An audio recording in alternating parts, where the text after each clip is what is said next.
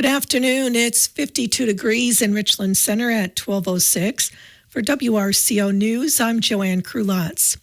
Wisconsin's local election officials reported minimal delays with absentee label printing times on Friday, according to the Wisconsin Elections Commission. The WEC Thursday began conducting regular refreshes of the computer function that clerks use to print labels for absentee certificate envelopes.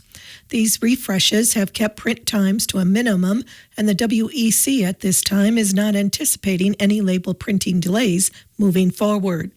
The agency continues to be in close contact with municipal clerks to monitor how the label printing function is performing.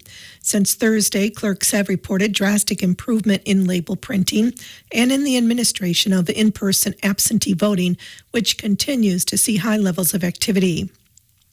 Previously reported delays have only affected label printing times. Every other function of the system that clerks use to print continues to work optimally. As was also the case Thursday, there is no reason to believe the printing delays are affecting other areas of election administration or state government, nor is there any reason to believe the printing delays were caused by a cyber attack. The MyVote website is again the subject of litigation. WisPolitics reports a federal lawsuit has been filed by a Green Bay voter and the Oshkosh town clerk seeking to bar Wisconsin's Elections Commission from using its MyVote website. They argue that the system lacks proper cybersecurity protections and that the commission wasn't authorized to create the online portal. The lawsuit comes over a month after local clerks started sending absentee ballots to voters. A Chinese company is bringing back the Snapper brand. Lawn care enthusiasts were upset last year when Briggs & Stratton closed down the brand, but the Milwaukee Business Journal reports through a licensing deal, Day North America will bring the Snap back. Identity thieves will try anything to obtain personal information.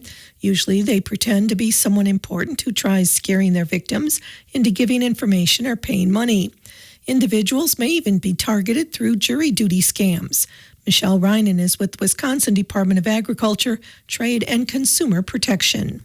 This is a scam that is circulating and has for a while, but it goes through those peaks and valleys here, and we want to make sure everyone is aware because missing jury duty can have real consequences. You could face a fine, be required to go to court, or even get arrested, and scammers take advantage of that. They try and get your money and your personal information because they try and throw you off kilter by saying that you've missed jury duty. The imposters will make every attempt to get information and may even try to scare those they contact. How this scam usually starts is with a phone call or an email from someone claiming to be a court official or someone from a law enforcement agency, and they say you've missed jury duty, even though you never got a jury notice, which comes by mail. And now there's a warrant for your arrest. The only way to cancel the warrant is to pay a fine and confirm your identity by providing your personal information like a social security number and date of birth, which we always want you to keep confidential. If you refuse, they may threaten you with jail time, which is going to really make you nervous. And to make this scheme even seem more legitimate, the scammers also might give you a fake badge number and case number. So this is one where they throw a lot of different twists and turns at you to just throw you off kilter again so you don't have that rational thought process in place. Michelle Reinen says that a court official will not try to obtain personal info, money, over the phone. They're never going to ask for immediate payment over the phone. No government agency does that by phone. And only scammers insist that you can only pay with gift cards, payment apps, cryptocurrency, wire transfers. And they use these methods because it's very hard to get your money back if you pay, and they're very hard to trace. Courts never ask for that sensitive personal information over the phone like that social security number and date of birth. If they've issued you a notice in writing by mail, then they're not going to be asking you for that data by the phone. Each court follows up differently if you've actually missed jury duty. You will be contacted by the court if you've missed, and it varies by municipality, but they won't immediately go to jail, and you don't have to pay a fine immediately. There are other options that the court will go through with you. If you suspect or are a victim of a jury duty scam, you can contact DATCAP's Consumer Protection Hotline by phone at 1-800-422-7128 or by email at datcphotline@wi.gov. Tiny Acres Farms of Muscadet will be hosting Boo at the Barn tomorrow. This is the 4th year of the event. Those who have attended in the past will find something new this year. Claire Ferguson is from Tiny Acres Farms. This year's event, we're getting some enclosures done outside, so the public's going to be able to see more of the exotics outside. I think that's going to make it pretty unique, but of course, it'll still be the same where you just come on out to the farm and get to see all that we have to offer and have a good time trick-or-treating with the animals. Tiny Acres appreciates everyone who attends their fun Halloween event. Jenny Ferguson is also from Tiny Acres Farms. Our turnouts have been phenomenal, more than we ever imagined. And even the first year was like, wow. And then it keeps getting bigger. I think that if we have warmer weather, we'll definitely probably have a record number of people. It's exciting. It's exciting to be able to share our animals with individuals. It's exciting to see everybody come together. And they just have a good time. And it's not like they come and leave. They're hanging around and playing. And we did the bounce houses last year. We added those, and we added the horse and wagon ride. And of course, we have our tractor ride still. So it's a fun afternoon. The tractor wagon rides are an enjoyable part of the event. In order to get everybody in, they don't go too far.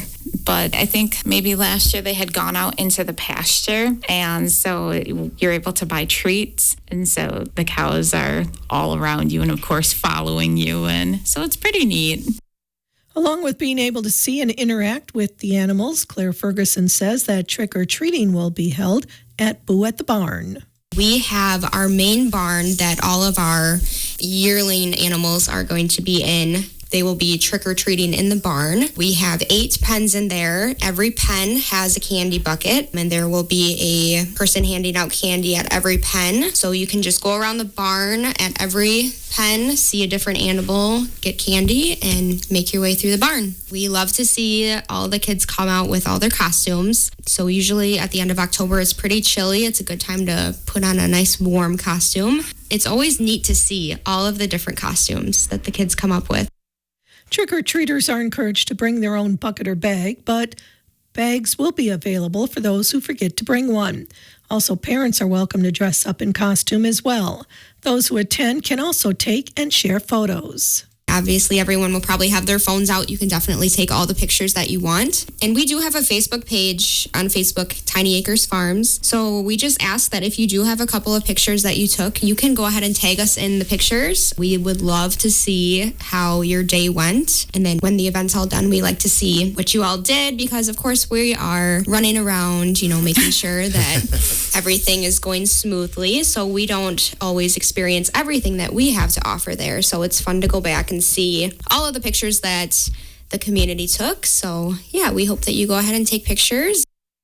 The 4th annual Boo at the Barn will be held tomorrow at Tiny Acres Farms from 1 to 4. There will be food, games, a petting zoo, trick-or-treating, and family fun. Tiny Acres Farms is located at 26068 County Highway E, Muscadet.